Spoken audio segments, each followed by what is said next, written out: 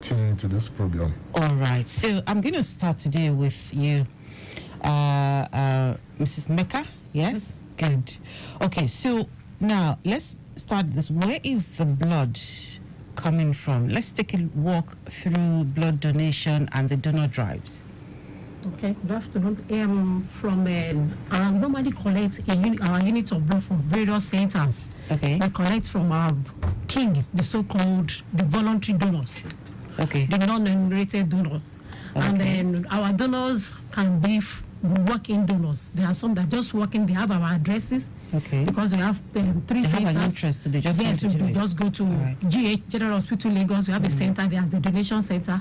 One at Bagada General Hospital inside as the LSBT's headquarters, and they can also go to Lasuit. We have a center there.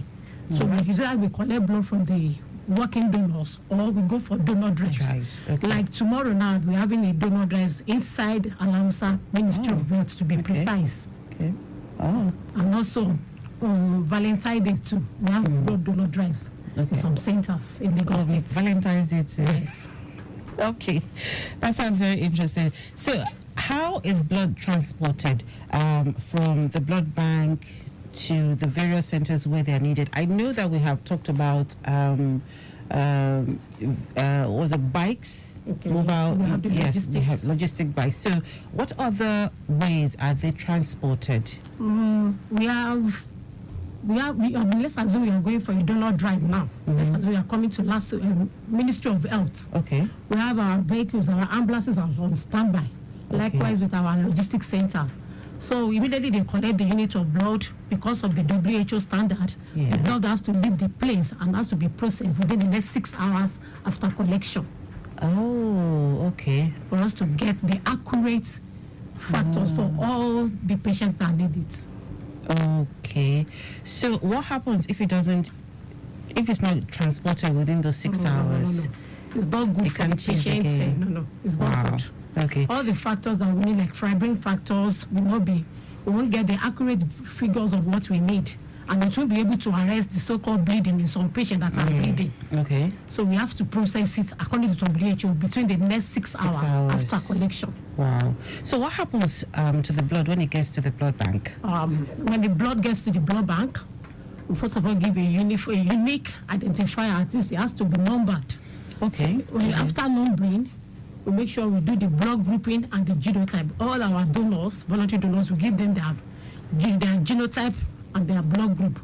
Okay. Meaning at least it has to be run within the next 48 hours after collection. All right. And then after that, then we cannot process it because we have different types of bag that we collect blood. All right. We have a single bag, we have double bag, and we have triple bag. Okay. But we use more of double and triple at Lagos Blood Transfusion Service so that it can be processed into red cell concentrate, fresh frozen plasma, platelet concentrate, and cryoprecipitate, because every one of them have different things they have to work for. Okay. So immediately we have done that, then after the preparation, we have different machines that we have to put it. Okay. When it is red cells, we return it immediately into the blood bank after the production. Why? It must not stay on the bench. It will lyse, and we cannot transfuse lyse blood. Okay. It can also attract a bacterial contamination, which is not good for the patient. All right. While the platelet concentrate will be put on the platelet agitator, it has to be moving as if it's still inside the individual, as if you're working. And the fresh frozen plasma has to be also put into the -40 freezer. It has to be freezing. Until when they want to use that, they will thaw it. They can't collect fresh frozen plasma as store. It has to be frozen. So now, I need you to take us through some of the what do you look out for when you're screening an individual's blood? Before donation bar? No, like when the person donates. Yes. When you donate, okay. Yes. What are those things you screen for to know that this blood is fit for transfusion? What are those things you look out for? How do you screen? What do you screen for? Okay, we follow WHO standard, and we have to screen all the 4 parameters with WHO standard kits. Okay. We screen for HIV 1 and 2, hepatitis B, hepatitis C, and syphilis. Those are the 4 parameters. Okay. But we're also allowed to screen for malaria. You know, malaria is in the African countries. They have to screen because normally some patients, they collect blood. They will have to treat them for malaria.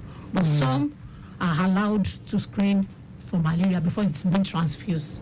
Okay, so assuming you screen, after screening you find that a particular blood that has been collected from an individual has some of these things, do you counsel or advise the person on what to do, one, or do you provide some kind of treatment for that person? Yes. After screening and we realize the donor is reactive to any of the 4 parameters, we send our result down to the donor center because we have different sections, donor center to blood bank. So when they send the TTI result to the donor center will link with our consultants. They will link the donor and advise the donor to come. We will repeat it. When it's still positive, then we now advise if it's hepatitis B, okay, you have to start going to hepatitis clinic and do some follow-up. They will do some tests to clarify if it's a HIV, CD4 count to know what, but we don't just leave them alone like that. We have to inform them. All right. Okay, so the second part, after informing them, does the LSBTS take care of the treatment if the person is not able to, or the person you just refer so the person can take care of their own treatment? Normally, because we have at GH Lagos, we have HIV clinic, likewise hepatitis. So we normally refer them to GH Lagos to go for the treatment, and which LSBTS will contact the doctors in charge. So if it warrants some things, Lagos State has been helping out. Okay, good. So what happens on the screening centers? Let's talk a bit about the 24-hour quarantine period. What is the assessed quantity and quality of blood and of the screening process that they're on the go? For us to do the quarantine is that is the first thing for us to do.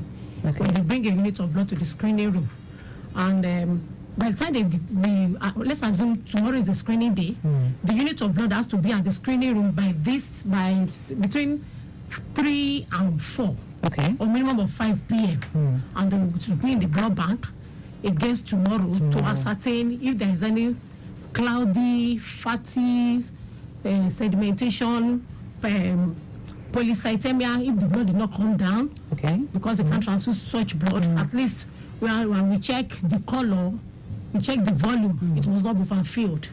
The normal volume is between 450 to 465. So those are the things we try and check, and we check the PCV. If the PCV, that is the pack cell volume, is low, it should not be screened. So after the quarantine, then we now screen the unit of blood with WHO standard kit for HIV 1 and 2, hepatitis B, and hepatitis C with syphilis.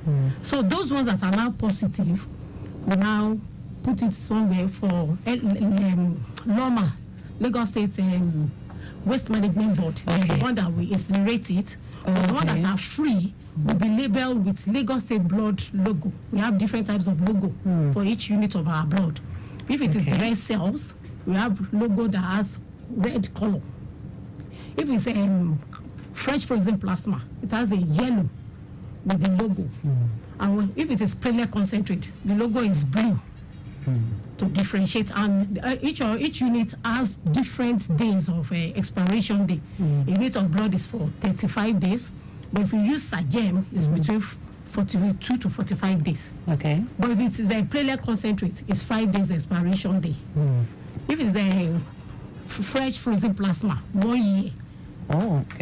If it's if it's cryoprecipitate, it's 1 year for expiration day. All right, it's still St. Blood Arena on Lagos Traffic Radio 96.1 FM. We have been discussing with Mrs. Rashidat Mecca. She's the head of blood banking section, Lagos State Blood Transfusion Services. I've been trying to find out what happens to your blood after donation. So many people have been asking that question. What do they do with it? The ones that are no longer useful, what do they do with it? Do they sell it to somebody or what? Well, you just heard that they are actually incinerated so that it doesn't come into contact with anybody and nobody takes it away. Quickly, before we go on, we have this update from Ian Okbaja. From Pleasure down to Danko, Jafujo, we have it good. And moving traffic from there to BRT bus stop and Road Dokbemu, where we have a fast-moving traffic. While the return journey from Dokbemu to Adialu is very good. The moving traffic from there to Iyanokbaja pedestrian bridge and outward journey is perfectly okay. Alagba and express link in Iyanokbaja roundabout is very good down to Mashalashi Baruwa Okbeki, while the return journey from Okbeki to Iyanokbaja roundabout is a fast-moving traffic. And taking a look at the live camera in the studio, we have it good. Latif Jakandewe is still looking very good. Remember, just slight delay at traffic stops and alternation delay. Aside that, is to have it good. Those who are moving from Mobolaji Johnson to connect Ikosi Road to link Oregon Road, that's Kudrat Abela Way is still a good one right now. Nothing to worry about. We have high influx most areas, but still have it good. All right, let me come to you, Mr. Lawali. Now, we had talked about the vision of LSBTS earlier in, I think, the first or second episode of the program. Let's reiterate that so that people are more aware of what your visions, what the vision of LSBTS is as far as Lagos State is concerned. Thank you very much. So our vision has always been to have a state where only safe blood is transfused in all appropriate health facilities. All right. Yes, well. That's all. No, so, short and sharp. Exactly. That's our vision. Okay. Yes, ma'am. So let's talk a bit about the collection of blood, plasma, other components, maybe from low risk to regular to voluntary or unpaid donors. We asked before if donors are paid, voluntary donors, are they paid? And, because it's a voluntary thing, they are just, given things to encourage them. And I know that we had the highest blood donor about 2 weeks ago on the program, and he talked about the things that he has gained health-wise and all of the certificates that he has received, which is quite commendable. What other incentives are available to blood donors who maybe walk-in donors, or when you go blood drive, those who come forward? What other incentives are available to them for those who are for the benefit of those who are listening for the very first time? So I think the greatest incentive is the fact that you are helping to save a life. It's humanitarian in nature. That's the greatest incentive. And there's nothing we can give you that will reciprocate that gesture that you have shown. But nevertheless, we still, like you mentioned, we appreciate you for what you've done by giving you something that's, maybe a souvenir or something, just to show our appreciation on behalf of the state for donating your blood to save a life. Right. And the thing about the voluntary blood donors, why they are so important to us, because studies have shown that people that are willing to give their blood without expecting anything in return, especially any form of remuneration, especially monetary remuneration, we found out that they form the lowest, the risk factor among this group of people when it comes to these TTIs that we are screening for. We found out that it's a very low risk population. These people, unlike the other people that do it for money, we found out that they are so prone to TTIs because they're just being so the required lifestyle, healthy lifestyle, to be a blood donor.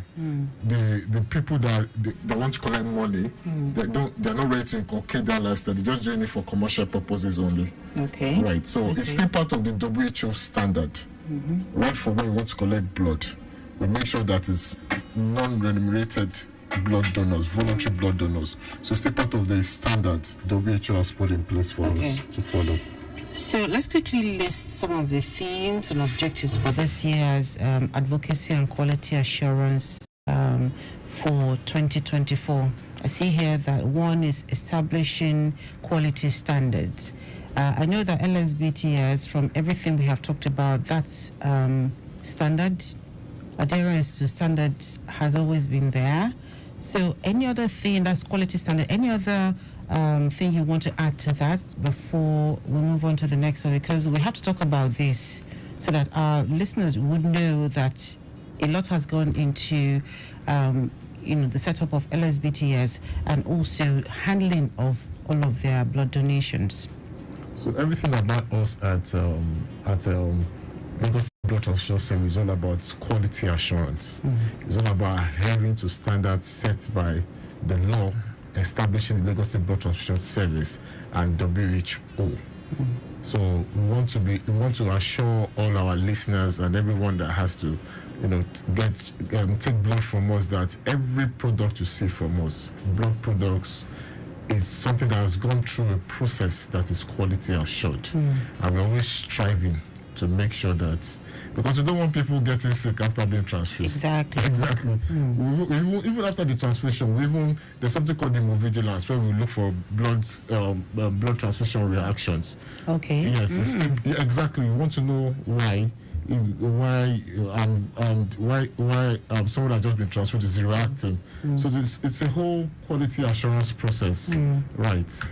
And is there a form of audit of the process, the screening process and collection process? Okay, so I'll give an example for that question you asked. You see the whole process. So, for example, we have about 130 licensed blood banks. Okay. So in Lagos State, private blood banks, 130 private blood banks. Besides the blood banks in the 20th General Hospital. But the point is that the moment we register you, there's a program that is run by the blood banking section of Lagos State Blood Transfusion, where the scientists, the medical lab scientists in those blood banks, there's an onboarding program. Okay. We bring them to our facility for them to see all of our process. Okay. Exactly. So it's not just so. That's how big we are on ensuring that you keep to standards. You want to be sure you know exactly what our standards are, because our standards are WHO standards. Okay. Yeah. Could you let me read some of the things that we have here? Lagos State Blood Transfusion Service theme objective for this year 2024, advocacy and quality assurance. We have establishing quality standards. We also have developing quality processes and procedures, conducting quality audits and inspections, implementing corrective and preventive actions, and performance monitoring and reporting. Which one? Please explain the implementing corrective and preventive actions for us. So with every system, a lot of things happen. So anytime, so we do like a gap analysis. Okay. Of there's a problem. We try to find out why that problem has come up. We go on asking why, to get to the root cause, like a root cause analysis. Okay, yeah. So the moment we do that, we try to correct it in the short term, and then on the longer term, prevent it from happening. So that's what we do. Okay. Yeah. Makes sense. So, equipment maintenance program to ensure proper functioning of equipment. Your equipment or that of the blood banks? So the equipment in the blood banks, you measure the centrifuge machine, the cold centrifuge machines. So measure the even up to the freezers. We want to be ensured that everything is working. Everything. So we have regular maintenance of this equipment. We have from everyone we purchase, we have a service level agreement with them. Exactly. Even up to the power supply, because all of these things we need to maintain. I was coming to that. Thank you very much. So we have how many sources of power? We have solar. We have a PHCN. We have 33 kVA generators. So we have multiple sources of power, because all of these things must always be working. Like you talked about the plated agitator that has to keep being in motion. Yes. Exactly, so that it doesn't clot. So all of these things, we ensure all of our equipment. We can't afford any downtime for any of them. Okay. So blood and blood products quality control through culture-based practice to reduce or eradicate bacterial contamination in blood products. I think she talked about that earlier, to make sure that it's not, the blood collected is not in any way contaminated. Exactly. And anyone that happens to be contaminated will not be used again. Okay. I think it makes sense. A lot of people, I know that so many people have been curious about what happens to the blood that's collected. How is it handled? If it's not going to be used, or if it's not safe for transfusion, what happens to it? You know, we are in Africa. Yes. We're in Africa, and so all of those questions. What does that mean? No, well, you know, we have talked about it, or we have talked about it here on the program, that we are in Africa. We know a lot of the fears, a lot of the myths that people have heard. A lot has happened, so people are very skeptical about those, you know, answers, getting specific answers to those questions. I'm one of them. I mean, until we started talking about it, I had certain questions I wanted to ask, you know, and so we just need to know. We thrive on information, so when we know that we can make informed decision about voluntarily donating blood, you know, for others to use. All right, for those who are still skeptical right now, for those who are, there are still plenty. For those who are still skeptical, who are still very traditional in, you know, their thought process, that look, I still can't do this because I don't have enough information, or because I'm not too convinced. What else can we tell them? Well, it's always good to. So you can start by following us on our social media handles. So you talked about information, that it is key to raising whatever myths or whatever questions, you know. You could also, let me quickly say this. So this is a very great opportunity. Valentine's Day, we're having these Valentine blood celebrations, you know, at our 3 centers. That is at Lagos State Blood Transfusion Service Center at Bagada General Hospital. We're also having at General Hospital Lagos. That's Lagos State Blood Transfusion Service Center at General Hospital Lagos. We're also having at at Lasuth. No. Which one? At Odon, General Hospital Lagos. Oh, okay. And we also have you beat me there. We also have at Lasuth. Yes, Lagos State University Teaching Hospital. All right. Around the Voluntary Blood Donation Center around pathology. So you can come in. You might not necessarily have to donate your blood. Just come in, interact with us. You know, you know. From there, we have a lot of materials that will further enlighten you. E-flyers. You can even interact with fellow blood donors. So at least that way you have some, you know, some form of information. Yes, ma'am. Okay. All right. Well, because of time, that's all we can take right now. I want to say a big thank you to you, Mrs. Rashida Mecca, for being on the program. She is the head of blood banking section, Lagos State Blood Transfusion Services. And we also have Mr. Luwale Olatubi, head of programs, Lagos State Blood Transfusion Services. You can get more information about their activities via Facebook. The Facebook page is Lagos Blood Transfusion, and on X, formerly Twitter, is Lagos BTS. On Instagram is Lagos State Blood Transfusion, and the telephone number is 0806 920 7914. Again, 0806 920 7914. Thank you again. Today on the program, we have been discussing what happens to your blood after donation. Don't forget, you can watch this program via our YouTube channel and get more information in case you have missed something, or via our Facebook page. My name is Dele Agadumo. Big thanks goes to Victor Terry, and also our executive producer has been Tayo Akonle. Safe Blood Arena comes your way again next week, Thursday, 4:30 p.m. on Lagos Traffic Radio 96.1 FM.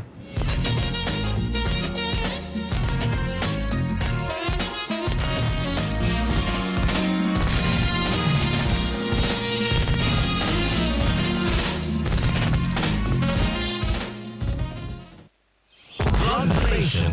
an important aspect of healthcare worldwide. Sustainable and quality blood services play a critical role in the health of a society. But in Nigeria, voluntary blood donation can be said to have recorded minimal success owing to various factors such as attitude or myth surrounding the process. And that is why the Lagos State Blood Transfusion Service is tackling this trend through its advocacy program tagged Safe Blood Arena. Safe Blood Arena is a 30-minute radio program that sheds light on the significance of blood donation and unveils the remarkable efforts of the Lagos State Blood Transfusion Service in its quest to build a healthier Lagos. Discover the innovative initiatives shaping the future of blood transfusion and the impactful role played by the Lagos State government. Tune in to Safe Blood Arena every Monday at 4:30 to 5 p.m. on Lagos Traffic Radio 96.1 FM for insightful interviews with healthcare professionals, inspiring donor spotlight, and information on upcoming blood donation drives. Mondays, 4:30 to 5 p.m. on Lagos Traffic Radio 96.1 FM. To play the latest blockbuster games, 9 Mobile has got you covered with 8 GB